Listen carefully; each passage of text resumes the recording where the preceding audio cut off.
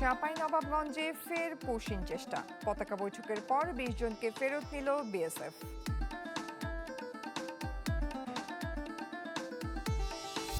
রোহিঙ্গাদের জন্য আরও জমি চায় জাতিসংঘ, আশ্রয়কেন্দ্র নির্মাণের সুযোগ নেই বলছে বাংলাদেশ।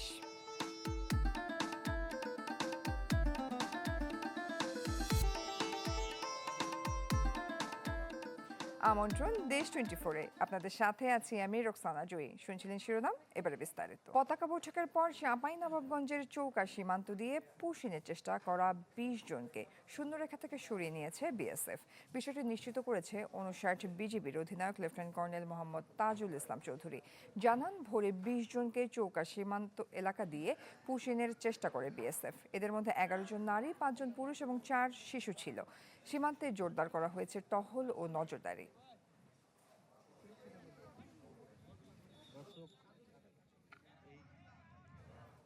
দর্শক, সীমান্ত পরিস্থিতির খবরাখবর জানাতে যুক্ত হচ্ছেন আমাদের সহকর্মীরা। শুরুতেই আমরা চলে যাব চাঁপাইনবাবগঞ্জে, সেখানে আছেন সহকর্মী আনোয়ার হোসেন। আনোয়ার, চাঁপাইনবাবগঞ্জের সীমান্তের এখন কি পরিস্থিতি, জানাবেন বিস্তারিত। হ্যাঁ জয়ী, সারাদিনের উত্তেজনা এবং উদ্বেগের পর এই মুহূর্তে সীমান্ত পরিস্থিতি আপাতত শান্ত এবং স্বাভাবিক রয়েছে। তবে দিনের শুরুতে যে পুশিনের ঘটনাটি ঘটেছিল তার রেশ কিন্তু এখনো স্থানীয় সীমান্তবাসীর মনে রয়ে গেছে, সেটি কিন্তু এখনো কাটেনি। তো এই মুহূর্তে আমি আছি চোকা সীমান্তের সেই পয়েন্টে, যেখান দিয়ে ভারতীয় বিএসএফ ২০ জনকে পুশিনের চেষ্টা করে। তবে আপনি জানেন যে আজ ভোরে চোকা সীমান্ত দিয়ে ১১ নারী, ৫ পুরুষ ও ৪ শিশু মোট ২০ জনকে বাংলাদেশে পুশিনের চেষ্টা করে ভারতীয় সীমান্তরক্ষী বাহিনী বিএসএফ। এবং খবর পাওয়ার পরই বিজিবি দ্রুত ঘটনাস্থলে পৌঁছে জিরো লাইনে তাদের প্রতিহত করে, ফলে বিএসএফ এর চেষ্টা ব্যর্থ হয় এবং দীর্ঘ সময় ধরে ওই ব্যক্তিরা সীমান্ত সীমারেখার কাছে অবস্থান করছিলেন। তো পরিস্থিতির প্রেক্ষিতে কোম্পানি কমান্ডার পর্যায়ে বিজিবি এবং বিএসএফ এর মধ্যে পতাকা বৈঠক অনুষ্ঠিত হয়। বৈঠকের পর দুপুরের দিকে বিএসএফ অর্থাৎ দুপুর ১২টার দিকে ২০ জনকে সীমারেখা থেকে সরিয়ে নেয়। এরপরও বিজিবি নিরাপত্তার স্বার্থে সীমান্ত এলাকায় জড়ো হয় স্থানীয় বাংলাদেশি নাগরিকদের নিরাপদ দূরত্বে সরিয়ে নেয়। তবে পরিস্থিতি আপাতত স্বাভাবিক হলেও সীমান্তের মানুষের মধ্যে উদ্বেগ এবং উৎকণ্ঠা রয়ে গেছে। স্থানীয়রা বলছেন যে বারবার একই ধরনের ঘটনা পুনরাবৃত্তি সীমান্তবাসীদের মধ্যে অনিশ্চয়তা তৈরি করছে, আর তারা কোনো পুশিনের ঘটনা দেখতে চান না এবং এই সমস্যার স্থায়ী ও কার্যকর সমাধান প্রত্যাশা করেন। একই সঙ্গে তারা বলছেন যে দেশের সীমান্তের সুরক্ষায় যে কোনো পরিস্থিতিতে বিজিবির পাশে থাকবেন তারা। তো ৫৯ বিজিবির পক্ষ থেকে জানানো হয়েছে যে সীমান্তে সর্বোচ্চ সতর্কতা বজায় রাখা হয়েছে, যে কোনো অনাকাঙ্ক্ষিত পরিস্থিতি মোকাবিলায় টহল ও গোয়েন্দা নজরদারি জোরদার করা হয়েছে। এই মুহূর্তে সীমান্তের উভয় পাশে বিজিবি ও বিএসএফ অবস্থান করছে এবং পরিস্থিতি নিবিড়ভাবে পর্যবেক্ষণ করছে। তো সব মিলিয়ে দিনের উত্তেজনাকর পরিস্থিতির পর আপাতত শান্ত রয়েছে চোকা সীমান্ত। তবে নতুন করে কোনো অনাকাঙ্ক্ষিত ঘটনা যাতে না ঘটে তার জন্য বিজিবি সতর্ক অবস্থানে রয়েছে এবং টহল জোরদার এবং গোয়েন্দা নজরদারি বাড়িয়েছে। তো এই ছিল আমার কাছে চোকা সীমান্তের সব শেষ। আনোয়ার হোসেন, ধন্যবাদ আপনাকে। চাঁপাইনবাবগঞ্জ সীমান্তের খবরাখবর জানছিলাম। দর্শক, আমাদের সাথে যুক্ত হয়েছেন আমিনা বিলকিস ময়না সাতক্ষীরা থেকে। সাতক্ষীরা সীমান্তের খবরাখবর জানাবেন ময়না। জয়ী, আমি দাঁড়িয়ে আছি দেবহাটা উপজেলার সীমান্ত নদী ইছামতির পাড়ে। নদীর ওপারে হচ্ছে ভারতের উত্তর ২৪ পরগনা। আসলে একটা সময় শোনা যেত যে বা দেখা গিয়েছে যে পুশিনের ঘটনা, এই ঘটনাকে এখানকার যে দায়িত্ব ব্যাটালিয়ন ১৭ বিজিবি তারা কিন্তু কঠোর হস্তে দমন করে এসেছে এবং এখনো কঠোর হস্তে দমন করছে। ঈগলের দৃষ্টি দিয়ে কিন্তু তারা কঠোরভাবে দমন করে যাচ্ছে যাতে পুশিনের ঘটনা না ঘটে, সেজন্য টহল বাড়িয়েছে, জনবল বাড়িয়েছে এবং সীমান্তবর্তী যে এলাকার মানুষেরা তাদের সাথে কথা বলেছি, তারা কিন্তু বলছে যে আসলে বিজিবি এমন ভাবে এখানে টহল বাড়িয়েছে এবং চৌকস দল কাজ করে যাচ্ছে। তাদের সাথে এই সীমান্তের মানুষগুলো মিলে তারাও কিন্তু দৃষ্টি রাখছে যে কোনো ধরনের পুশিনের ঘটনা যেন না ঘটে। তারা একটা সময় আতঙ্কিত ছিল, কিন্তু বিজিবি তাদেরকে আতঙ্কমুক্ত করেছে এবং তারা এখন বিজিবির সাথে কাঁধে কাঁধ মিলিয়ে কাজ করে যাচ্ছে। কোনো কোনো সীমান্ত আছে যে মাসে একবার করে মিটিংও করে সীমান্ত এলাকার মানুষদের সাথে, তাদেরকে সচেতন করার জন্য, তাদেরকে দৃষ্টি রাখার জন্য। এবং বিজিবি ৩৩ ব্যাটালিয়ন, ১৭ বিজিবি এবং রিভার আইন সবাই কিন্তু সাতক্ষীরার প্রত্যেকটি জলসীমা এবং স্থল সীমার যে সীমান্ত সেটি কিন্তু প্রহরায় রেখেছে, কঠোর নজরদারিতে রেখেছে। এই ছিল সাতক্ষীরা সীমান্ত পরিস্থিতি সর্বশেষ। জয়ী। আমিনা বিলকিস ময়না, ধন্যবাদ আপনাকে। দর্শক, চাঁপাইনবাবগঞ্জ এবং সাতক্ষীরা থেকে জানছিলাম সীমান্ত পরিস্থিতির সবশেষ খবরাখবর। রংপুরে 2টি গ্রাম বিলীন করে তিস্তা সেচ ক্যানেল সংস্কার ও সম্প্রসারণ প্রকল্প বাস্তবায়ন করছে পানি উন্নয়ন বোর্ড, যেটা করা হচ্ছে 35 বছরের আগের সমীক্ষায়। এখন অভিযোগ উঠেছে, এই প্রকল্প বাস্তবায়নে যে জমি অধিগ্রহণ হয়েছে তার অর্থ অনেকেই বুঝে পাননি। রংপুর থেকে ফখরুল শাহিনের রিপোর্ট। রংপুরের গঙ্গাচড়া উপজেলার ব্রহ্মোত্তর পাড়া, যেখানে শতাধিক পরিবারের বাস। কয়েক প্রজন্মে গড়ে ওঠা এই জনপদের ওপর নির্মাণ করা হবে তিস্তা সেচ ক্যানেলের সম্প্রসারিত অংশ। স্থানীয়দের অভিযোগ, এসব জমির বেশিরভাগই পৈতৃক সম্পদ, আবার কেউ কিনেছেন কষ্টের টাকায়। জমি অধিগ্রহণের বিষয়ে কিছুই জানেন না তারা, এমনকি ক্ষতিপূরণের টাকাও পাননি বলে দাবি করেছেন কেউ কেউ। ওই সময় যে আমরা টাকা পয়সা নিয়েছি এরকম ডকুমেন্ট দেখাইতে পারে না। আর প্রকৃত অর্থে আমাদের এলাকাবাসী কেউই জানতো না যে ওই দিক দিয়ে ক্যানেল যাবে আর কি। কথা হচ্ছে আমাদের ক্ষতিপূরণ দিবে, চলতি বাজারে যে পরিমাণ টাকা হয় আমাদের ওই পরিমাণ ক্ষতিপূরণ দিয়ে তখন নিয়ে যাবে। ক্ষতিপূরণ ছাড়া তো সম্ভব না। একই চিত্র রংপুর জেলার 185 কিলোমিটার খালের প্রায় 200 একর জমির মালিকদের। অধিকাংশই পাননি অধিগ্রহণের টাকা। পানি উন্নয়ন বোর্ড বলছে, 1983 থেকে 1994 সালের মধ্যে এই প্রকল্পের জমি অধিগ্রহণ হয়। তবে তালিকায় কতজনের জমি রয়েছে বা কতজন ক্ষতিপূরণের টাকা পেয়েছেন তার সঠিক সে তথ্য দেয়নি দপ্তরটি। সবই আছে, আপনাকে এগুলো কিউমুলেটিভ করে দিতে আপনাকে 1 বছর সময় লাগবে। আর এটার জন্য যে পরিশ্রম যাবে সেটার পারিশ্রমিক কে দিবে? কারণ এই কাম তো আপনার জনগণকে সেবা দেওয়া কাম, কিন্তু সেই কাম তো হলো আমার সেচ দেওয়া। কারণ এই জমি করবে অধিগ্রহণ করলাম আর কয়জনের অধিগ্রহণ করলাম, এই তথ্য দেওয়ার জন্য যে ম্যান পাওয়ার, সেই ম্যান পাওয়ার তো নাই। বিশ্লেষকরা বলছেন, অধিগ্রহণের টাকা না দিয়ে খাল খনন সম্পূর্ণ আইন বহির্ভূত। একই সাথে তিস্তার পানির প্রাপ্যতা নিশ্চিত না করে এই প্রকল্প শুধুই অর্থের অপচয়। পানির সংকটটা সমাধান না করে এই খাল সম্প্রসারণের যে প্রোগ্রাম, সেটা কারিগরি দিক থেকেও কিন্তু বিজ্ঞানসম্মত নয়। জেলা প্রশাসকের দাবি, অধিগ্রহণের টাকা অনেকেই নেননি, যার কারণ জানা নেই তার।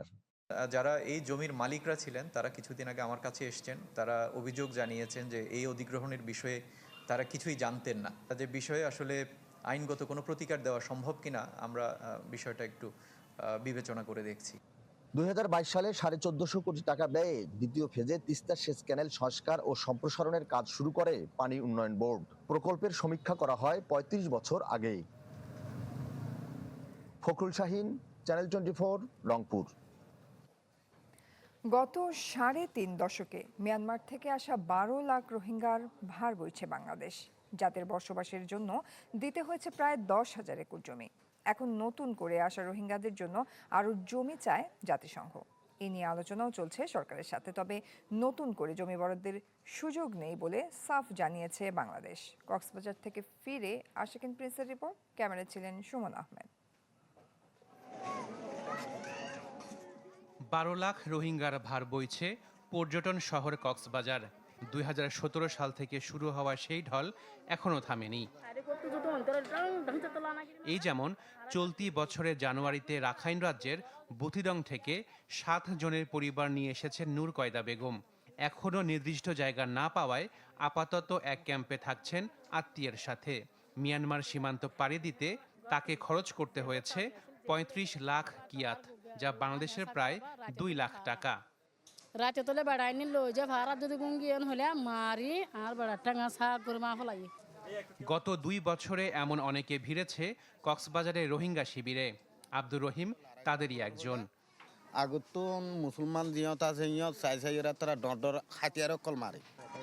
বাংলাদেশ ও জাতিসংঘের শরণার্থী বিষয়ক সংস্থার তথ্য অনুযায়ী 90-এর দশকে আশ্রয় নিয়েছিল কয়েক লাখ রোহিঙ্গা। 2017 সালে যোগ হয় 7 লাখেরও বেশি, আর 2024 সালে আসে নতুন করে 1.5 লাখ। সব মিলিয়ে বাংলাদেশকে বইতে হচ্ছে 12 লাখ রোহিঙ্গার ভার। কক্সবাজারে রোহিঙ্গাদের 33টি ক্যাম্পের জন্য বাংলাদেশকে দিতে হয়েছে 8,000 একর জমি। চাপ কমাতে এক পর্যায়ে কক্সবাজার থেকে রোহিঙ্গা স্থানান্তরের উদ্যোগ নেয় সরকার। নোয়াখালীর ভাসানচরে বিশাল এলাকায় প্রতিষ্ঠিত হয় নতুন ক্যাম্প। 2020 সালের 4 ডিসেম্বর শুরু হয় স্থানান্তর। বর্তমানে ভাসানচরে আছে প্রায় 33,000 রোহিঙ্গা। এখানেই শেষ নয়, নতুন করে আসতে থাকা রোহিঙ্গাদের আবাসন তৈরির জন্য বাংলাদেশের কাছে আরও জমি চায় জাতিসংঘ। এরই মধ্যে জমি পেতে সরকারের সাথে আলোচনা চলছে বলে জানিয়েছে UNHCR. Because of the very limited space available in the camps, we haven't been able to give everybody their own shelter. We need more space, right? More space to be able to build shelters. We also need permission to build these new shelters. And then lastly, we also need the funding to build these new shelters. We are advocating for additional land.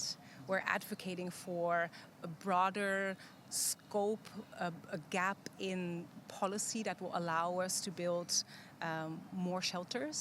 This is an ongoing conversation. তবে বাংলাদেশ সরকারের শরণার্থী ত্রাণ ও প্রত্যাবাসন commissioner বলছেন, নতুন করে জমি বরাদ্দ বা আশ্রয় কেন্দ্র নির্মাণের মতো পরিস্থিতি নেই। এখন নতুন করে এক্সপেনশনের আসলে সুযোগ নেই।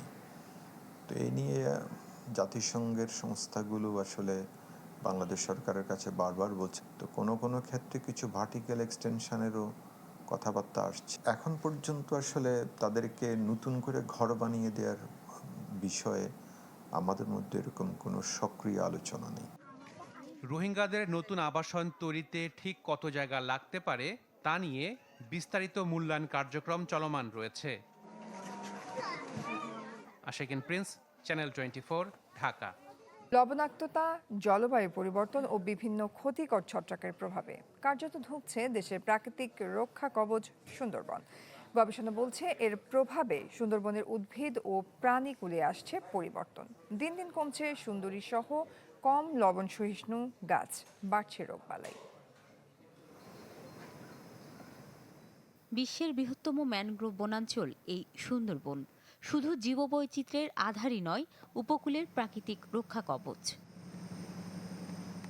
সুন্দরী, পশুর, গেওয়া, গরান সহ প্রায় 350 প্রজাতির উদ্ভিদ এবং প্রায় 375 প্রজাতির বন্যপ্রাণীর আবাস এই বনেই। তবে ধীরে ধীরে তা বদলে যাচ্ছে জলবায়ু পরিবর্তন, লবণাক্ততা বৃদ্ধি ও বিভিন্ন রোগের প্রভাবে। সম্প্রতি খুলনা বিশ্ববিদ্যালয়ের এক গবেষণায় উঠে এসেছে এমন উদ্বেগজনক তথ্য। গবেষণা বলছে, গত 4 দশকে সুন্দরবনে প্রায় 4.5 কোটি সুন্দরী গাছ আক্রান্ত হয়েছে টপ ডাইং রোগে, আর অবশিষ্ট গাছগুলোর অর্ধেকেই রয়েছে রোগের উপসর্গ। গত 30 বছরে শুধু এ রোগেই নষ্ট হয়েছে অন্তত 14 লাখ ঘনমিটার সুন্দরী গাছ, যার আর্থিক ক্ষতি প্রায় 2000 কোটি টাকা।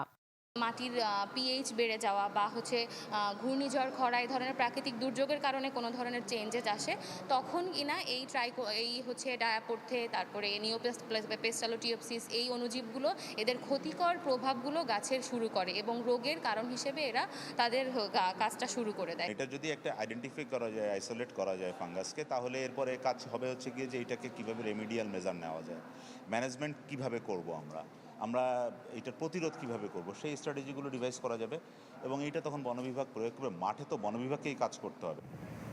গবেষণার ফলাফল কাজে লাগিয়ে রোগ প্রতিরোধ ও সুন্দরী গাছ সংরক্ষণে প্রয়োজনীয় পদক্ষেপ নেওয়ার কথা জানিয়েছে বন বিভাগ।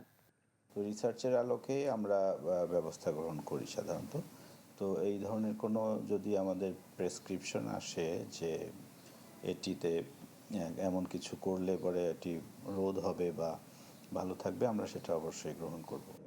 বাংলাদেশ অংশে সুন্দরবনের আয়তন 6017 বর্গ কিলোমিটার। এর মধ্যে 69% বনভূমি এবং 31% জলাভূমি। Desk report, channel 24। জামায়াত গণতন্ত্রে বিশ্বাস করে না, এটি একটি রেজিমেন্টেড পার্ট। স্থানীয় সরকার মন্ত্রী ও বিএনপি মহাসচিব মির্জা ফখরুল ইসলাম আলমগীর মুন্সিগঞ্জে কথা বলেছেন। সেখানে জুলাই শহীদদের কবর জিয়ারত শেষে তিনি বলেন, 50 বছর ধরে গণতন্ত্রের জন্য লড়াই সংগ্রাম করছে বিএনপি।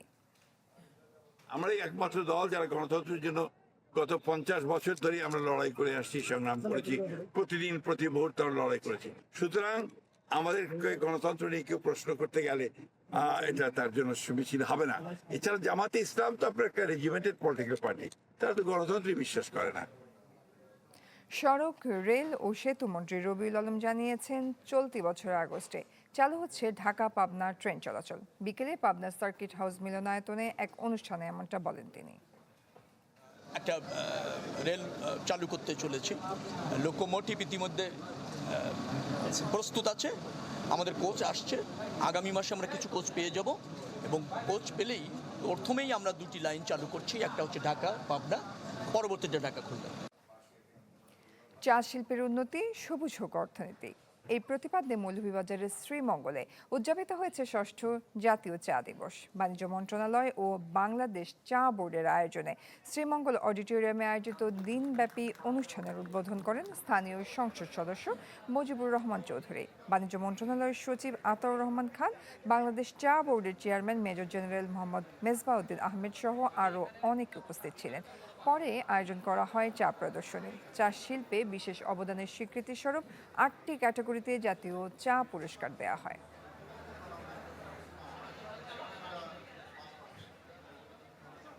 দর্শক, এই ছিল দেশ 24 আয়োজনে। এতক্ষণ সাথে থাকার জন্য ধন্যবাদ সবাইকে।